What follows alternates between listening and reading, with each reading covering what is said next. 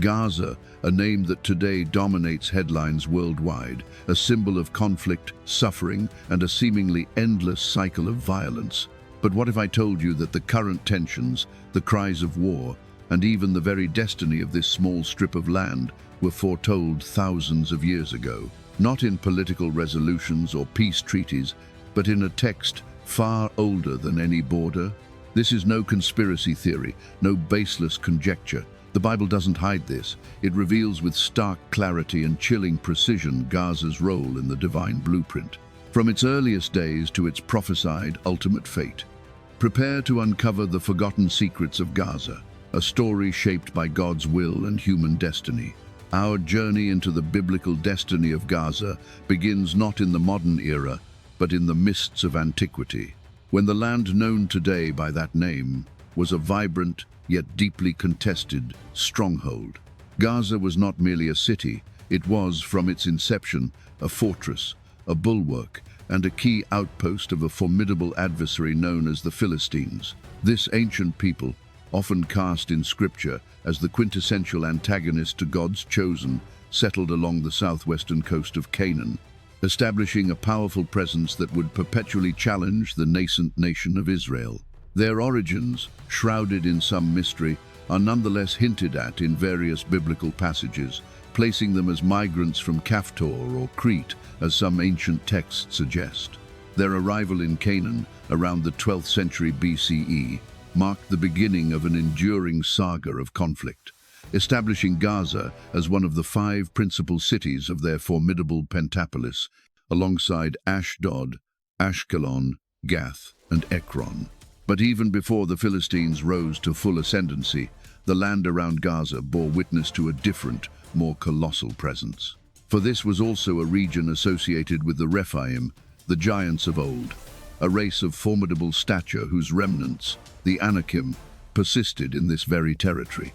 Indeed, the book of Joshua records that Anakim were cut off from Hebron, from Debir, from Anab, and from all the hill country of Judah. They were utterly destroyed with their cities. None of the Anakim were left in the land of the people of Israel. Only in Gaza, in Gath, and in Ashdod did some remain. Joshua 11:21-2 ESV. This detail is far more than a mere geographical note. It imbues Gaza with an almost primeval defiance, a place where ancient, formidable powers lingered, even as God's people began to settle the Promised Land. It speaks to a deep-seated spiritual and physical contest, a battle not just for territory, but for dominance against forces that represented opposition to the divine order. The Philistines, inheriting this land, seemed to embody the enduring spirit of resistance. Their military prowess was legendary, marked by superior iron weaponry that gave them a distinct advantage over the Israelites, who were still largely reliant on bronze. This technological disparity fueled many of the early conflicts recorded in the books of Judges and Samuel, creating a prolonged period of subjugation and tension for Israel. The very presence of the Philistines was a constant thorn, a persistent challenge to Israel's claim over the land promised by God. They were not merely neighbors, they were the embodiment of an opposing will, a counter-narrative to Israel's divine inheritance. The narrative of Samson, one of Israel's most famous judges, is intrinsically woven into the fabric of Gaza's ancient history. It is here, in Gaza, that Samson, betrayed by Delilah, was captured, his eyes gouged out, and forced to grind grain in the Philistine prison. This dramatic event is far more than a personal tragedy. It is a profound symbol of Israel's vulnerability and subjugation at the hands of their perennial foes. Yet, it is also in Gaza that Samson, in a final act of divine empowerment, pulled down the pillars of the Dagon temple, killing more Philistines in his death than in his life. Judges 16. This episode, while an act of vengeance, serves as a powerful testament to God's ultimate sovereignty, even amidst apparent defeat, hinting at a future reckoning for Gaza and its inhabitants. Delving deeper into ancient sources, the Book of Jubilees, an apocryphal text revered by some early Christian communities and part of the Ethiopic biblical canon, offers further insights into the division of the earth after the flood. and implicitly the rightful ownership of Canaan. Jubilees outlines how the land of Canaan, including the Philistine territory, was allotted to Shem's descendants. It recounts how Ham, Canaan's father, defied this divine decree and seized the land for his son, Canaan, setting the stage for future conflicts and justifying Israel's later conquest. While not directly mentioning Gaza's specific fate, the narrative establishes a theological framework where the Philistines, as inheritors of a wrongfully claimed land, stand in opposition to God's intended order for Israel. This foundational dispute over land ownership, rooted in the division of the world, underlies the perpetual conflict. Thus, Gaza, and indeed the entire Philistine plain, became more than just a geographical region. It transformed into a theological battleground, a symbol of the spiritual warfare between the forces aligned with God's covenant and those that defied it. The Philistines, with their pagan worship of deities like Dagon, their powerful armies, and their consistent efforts to oppress Israel, represented a direct challenge to the establishment of God's kingdom on earth. Their enduring presence in the land was a constant test of Israel's faith and obedience, a crucible through which God's people were often refined, or tragically fell into idolatry. The tension established in these early accounts laid the groundwork for countless prophecies yet to unfold. Gaza's ancient identity as a stronghold of a formidable pagan enemy, a place where even giants once roamed, sets a dramatic stage for its future.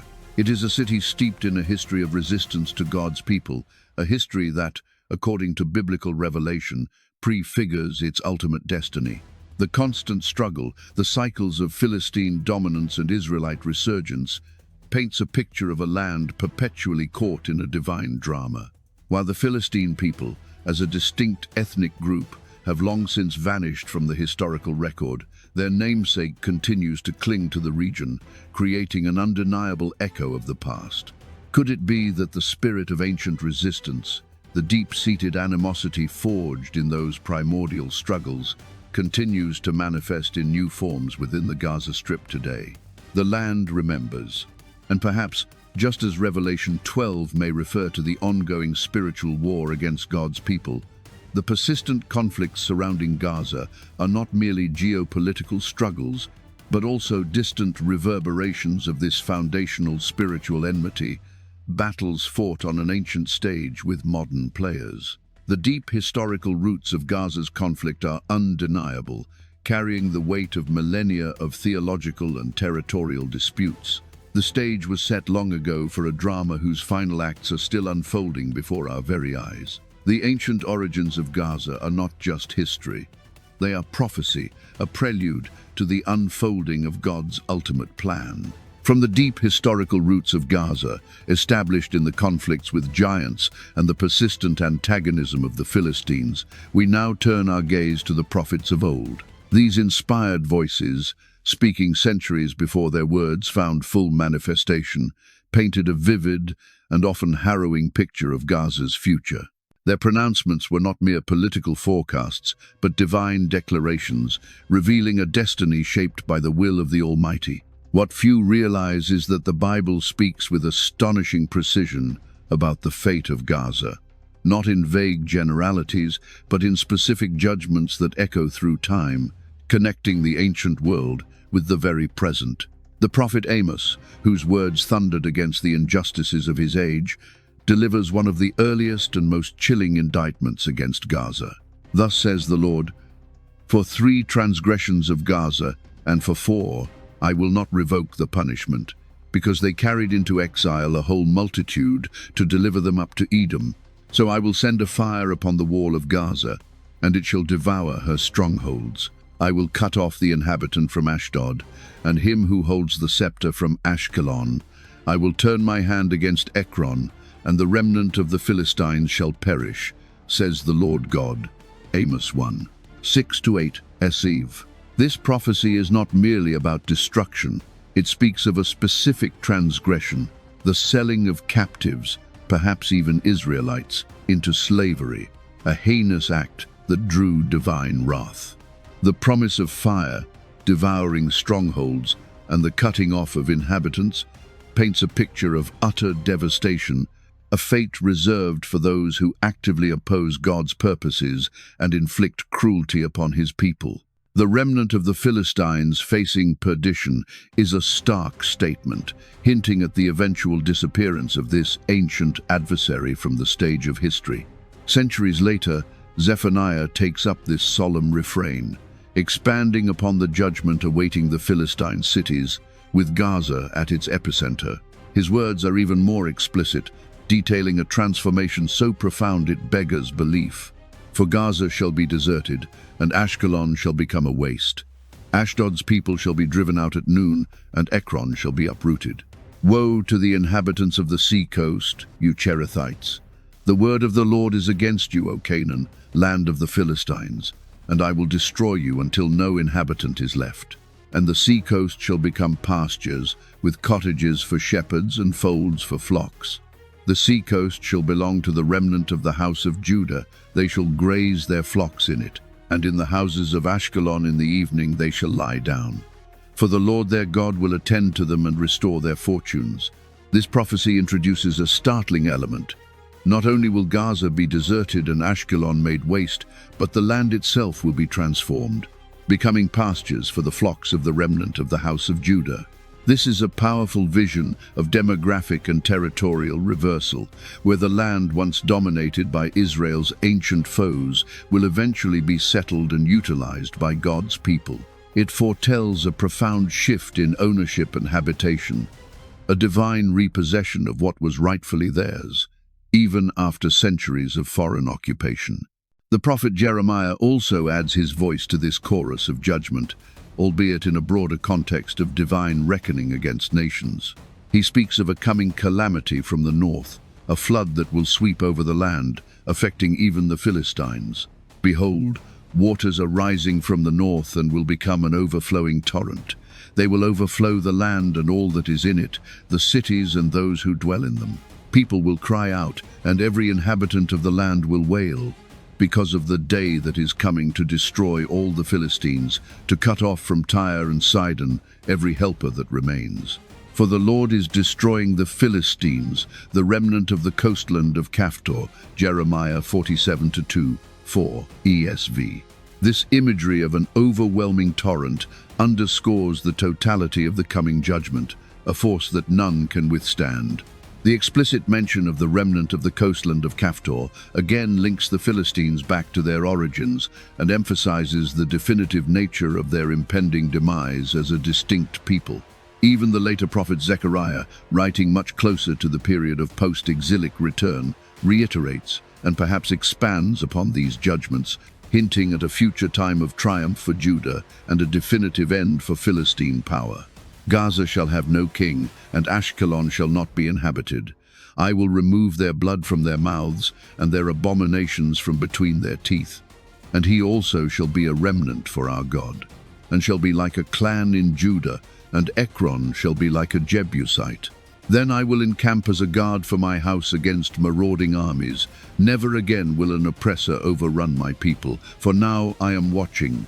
Zechariah 9-5, 7-8. ESV. This prophecy introduces a fascinating complexity. While still proclaiming judgment and the end of Philistine kingship, it also speaks of a potential transformation where a remnant might become like a clan in Judah, suggesting a future assimilation or conversion. This hints at God's ultimate redemptive plan, even for those who were once his people's bitter enemies. However, the overarching message remains one of protection for Israel and the cessation of oppression from their traditional foes. The cumulative weight of these prophecies paints a remarkably consistent picture. Gaza and the Philistine cities are destined for a profound downfall. This is not merely an abstract concept, it is a repeated, emphatic, divine decree. These prophetic utterances, when read together, form a chilling symphony of judgment, foretelling a time when the pride of the Philistines would be brought low, their cities laid waste, and their very identity as an independent, opposing force would vanish. It is a story of divine justice meted out against those who consistently defied God and inflicted suffering upon his covenant people.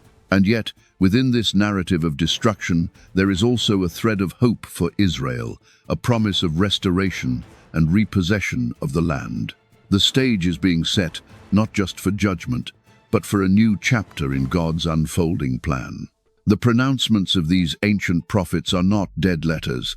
They are living words, holding the key to understanding the deep spiritual forces at play in the destiny of Gaza. Having explored the ancient origins of Gaza and the solemn pronouncements of the prophets foretelling its judgment and transformation, our narrative now shifts from distant prophecy to its undeniable echoes in history. The words of Amos, Zephaniah, Jeremiah, and Zechariah, though uttered centuries apart, did not hang in the air as mere abstract warnings. Instead, they began to find their first potent fulfillments in the tumultuous era of the Maccabees, a period of Jewish struggle for identity and survival that predates the Roman conquest. This was a time when the sword was often the only arbiter, and the ancient enmity between Israel and the descendants of their adversaries flared anew, illuminating the stark reality of prophetic truth. The Maccabean revolt, ignited in the mid-2nd century BCE, was a passionate assertion of Jewish faith and autonomy against the Hellenistic Seleucid Empire, which sought to suppress Jewish religious practices. But the struggle was not confined solely to the Seleucids. The surrounding Gentile nations, including the lingering presence of Philistine descendants in their ancestral cities, often sided with the oppressors or actively sought to harm the Jewish people. Gaza, still a prominent city with its deep-rooted history of opposition, naturally became a target for the Maccabean leaders, who viewed its conquest not merely as a strategic military objective, but as a fulfillment of ancient divine promises. The memory of Samson's humiliation and the prophet's pronouncements against Philistia resonated deeply within the Jewish psyche, fueling their resolve. A pivotal moment in this unfolding drama came with Jonathan Maccabeus, a valiant leader in the Maccabean family. The first book of Maccabees, an ancient source chronicling these events and widely respected for its historical detail, vividly recounts Jonathan's campaigns against the cities of the Philistines. In 1 Maccabees 10-83-84, it is recorded, "And Jonathan marched out and encamped at Ashkelon, and the people of the city came out to meet him with great pomp. Then he went to Gaza, but the men of Gaza shut him out. So he encamped around it and burned its suburbs with fire and plundered them." This historical event is a direct echo of Amos's prophecy. "I will send a fire upon the wall of Gaza, and it shall devour her strongholds." Amos 1-7, ESV. Jonathan's actions, while a military tactic, clearly manifest the punitive fire spoken of by the prophet, consuming the outlying defenses and symbolizing the vulnerability of the once impregnable city.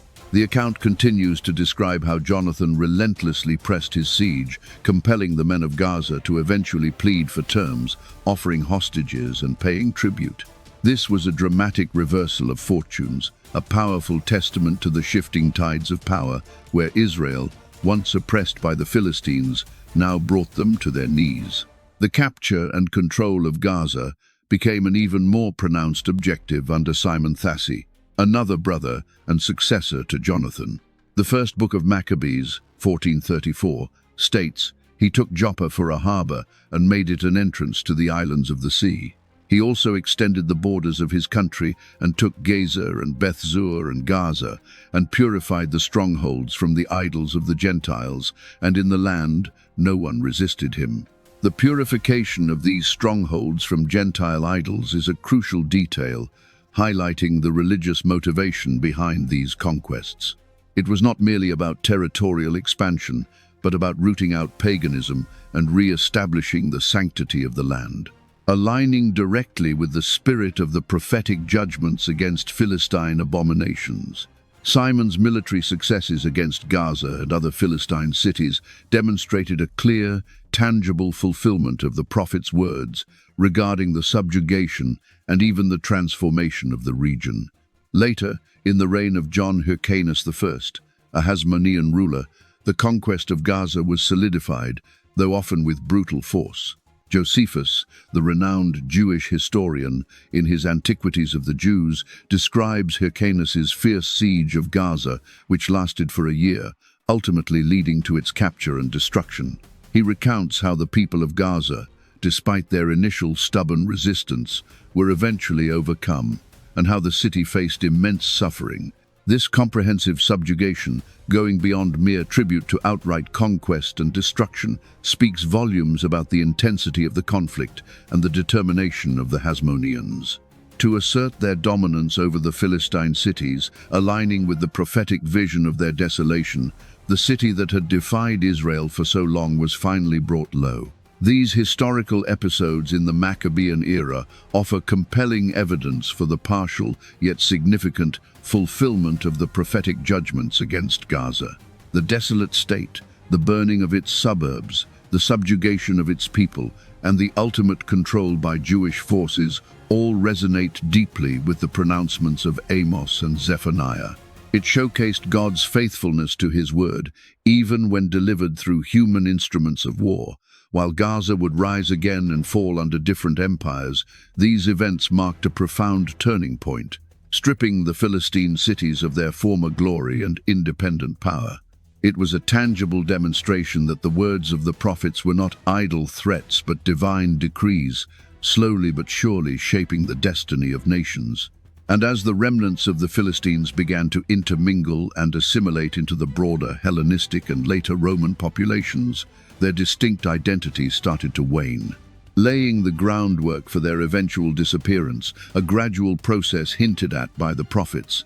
Perhaps the transformation of the remnant into a clan in Judah, Zechariah 9-7 ESV, was not solely a spiritual conversion, but also a slow, inevitable absorption, demonstrating the multi-layered wisdom of divine prophecy. The stage was set for a new era, where the ancient enemies would fade and new powers would claim the contested soil of Gaza.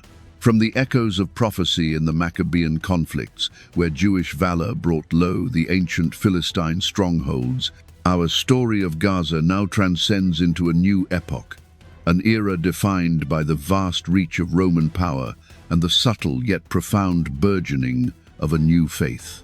The violent subjugation of Gaza by the Hasmoneans marked a significant shift, diminishing the city's identity as a purely Philistine bastion. Yet, its strategic location, a natural bridge between Africa and Asia, ensured its continued importance, transforming it into a vibrant, albeit different, kind of metropolis under the Roman and later Byzantine empires. This period reveals Gaza not just as a site of conflict, but as a crucible of cultural exchange and, remarkably, a burgeoning center for early Christianity, a development few anticipate given its ancient, pagan roots. Under Roman rule, Gaza experienced a period of reconstruction and prosperity, shedding some of the scars of previous wars.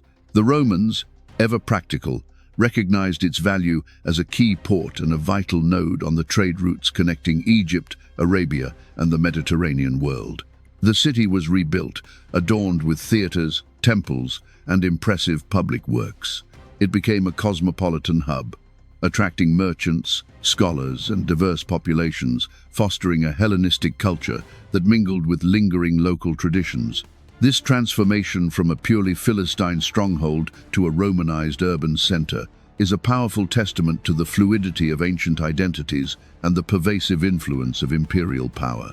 The Philistines, as a distinct people, began to fade into the historical background, their identity subsumed by the dominant Greco-Roman culture, even as their ancient cities retained their names. Yet amidst this Roman grandeur, a silent revolution was taking root, the spread of Christianity. While Bethlehem and Jerusalem were the epicenters of the faith's origin, the message of the Nazarene swiftly fanned out across the Roman world, reaching even the once pagan heartlands of Philistia. This is a profound irony, that a city so steeped in idolatry and opposition to God's people would, in time, become a stronghold for the worship of the one true God. The Book of Acts provides an early glimpse of this divine redirection, recounting the story of Philip the evangelist being sent by an angel to the road that goes down from Jerusalem to Gaza. This is a desert road, Acts 8:26, ESV. On this very road, Philip encounters an Ethiopian eunuch, a high official, whom he baptizes. This simple yet profound event on the outskirts of Gaza signifies the earliest seeds of Christianity taking root in the wider region, demonstrating that God's plan transcends specific geographies and embraces all nations. The desert road to Gaza, once a path of ancient conflict, became a conduit for divine truth.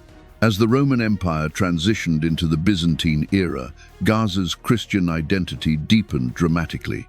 By the 4th and 5th centuries AD, Gaza had transformed into a thriving Christian city, boasting numerous churches, monasteries, and prominent theological schools. Figures like Saint Porphyry of Gaza, who became bishop in the early 5th century, famously battled against the lingering paganism in the city, particularly the powerful cult of Mars, the local Zeus-like deity. Street Porphyry's biography, written by Mark the Deacon, recounts his struggles and eventual triumph in converting the city and destroying pagan temples, culminating in the construction of a grand cathedral over the ruins of the Mars temple. This historical account, while a hagiography, vividly illustrates the radical shift in Gaza's spiritual landscape.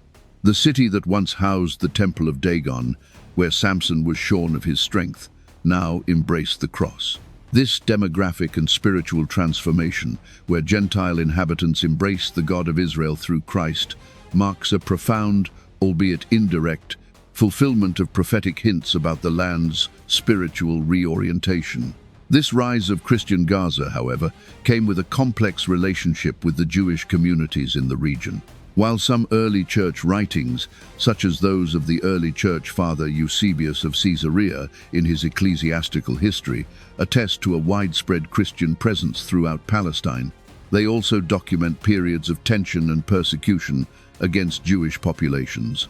The theological arguments of figures like Tertullian, for instance, often highlighted the Christian claim to spiritual inheritance over the literal promises given to Israel, reflecting a broader theological shift that impacted Jewish life in the Roman and Byzantine empires. Thus, Gaza, under the Byzantines, became a symbol of Christian ascendancy, a vibrant center of faith and learning, yet one that also bore witness to the complex and often strained relationship between the new Christian faith and its Jewish roots.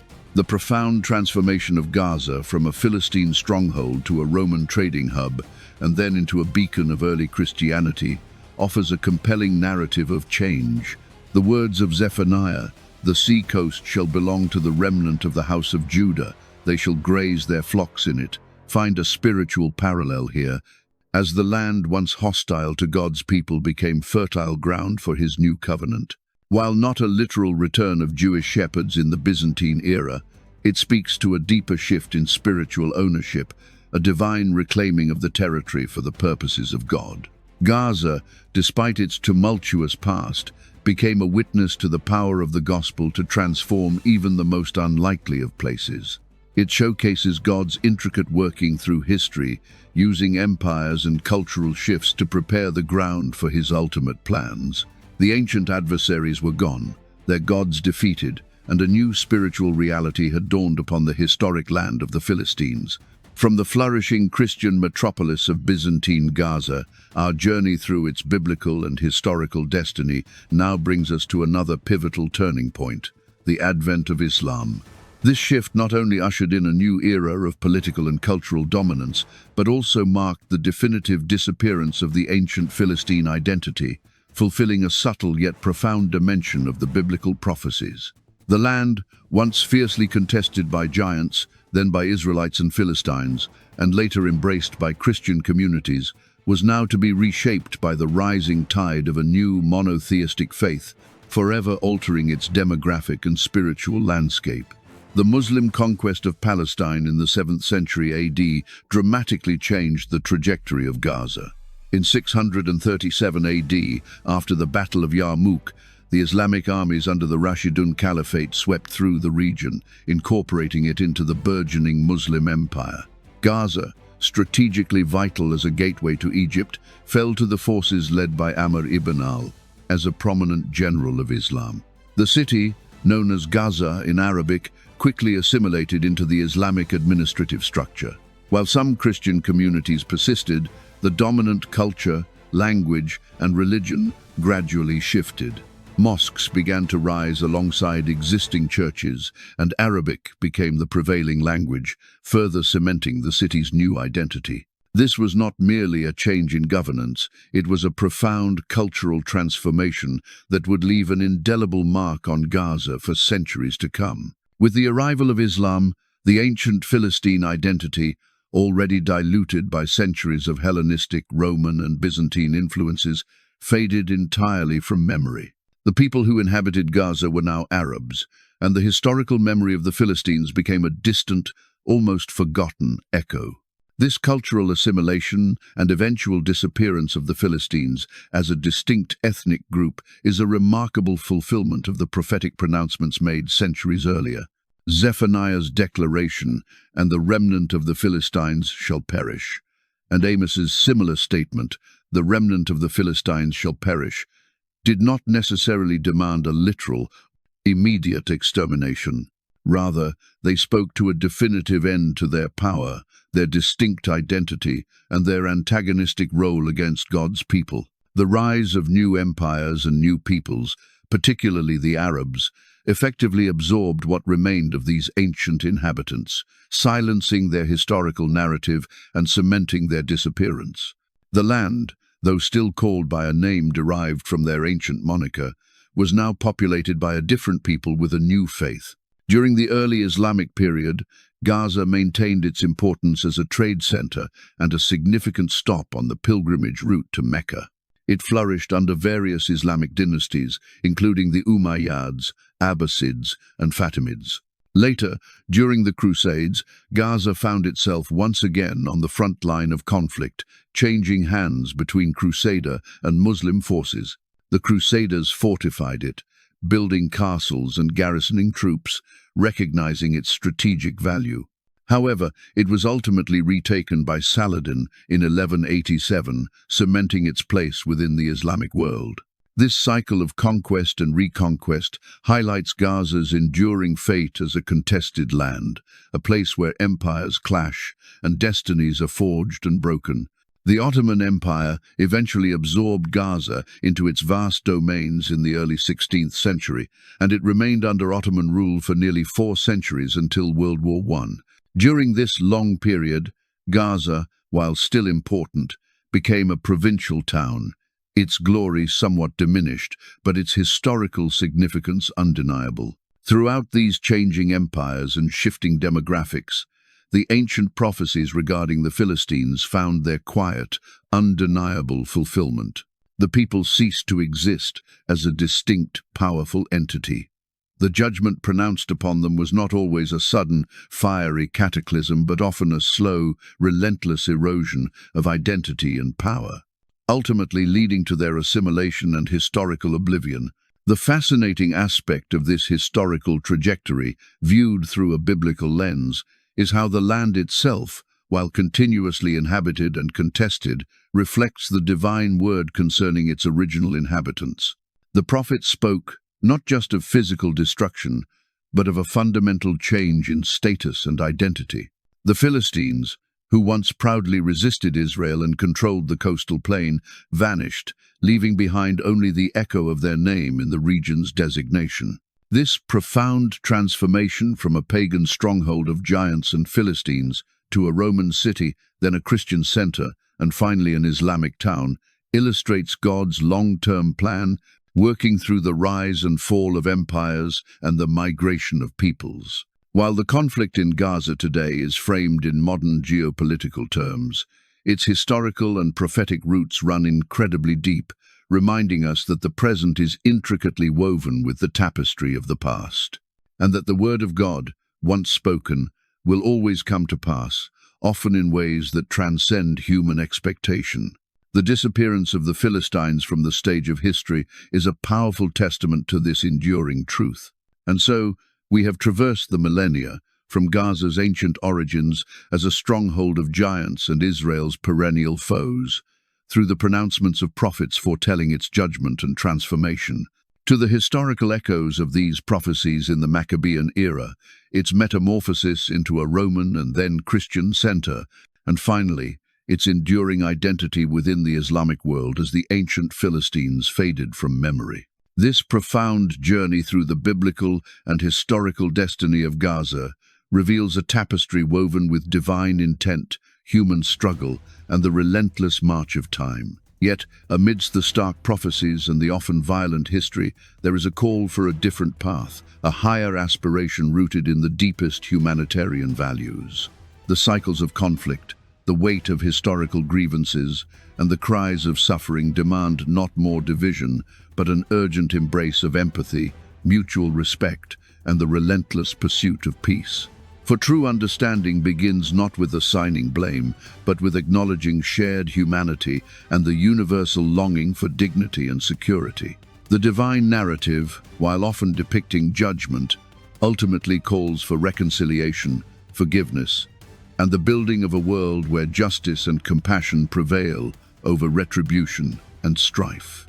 This path, though challenging, offers the only genuine hope for breaking the chains of ancient enmities and forging a future where all can thrive.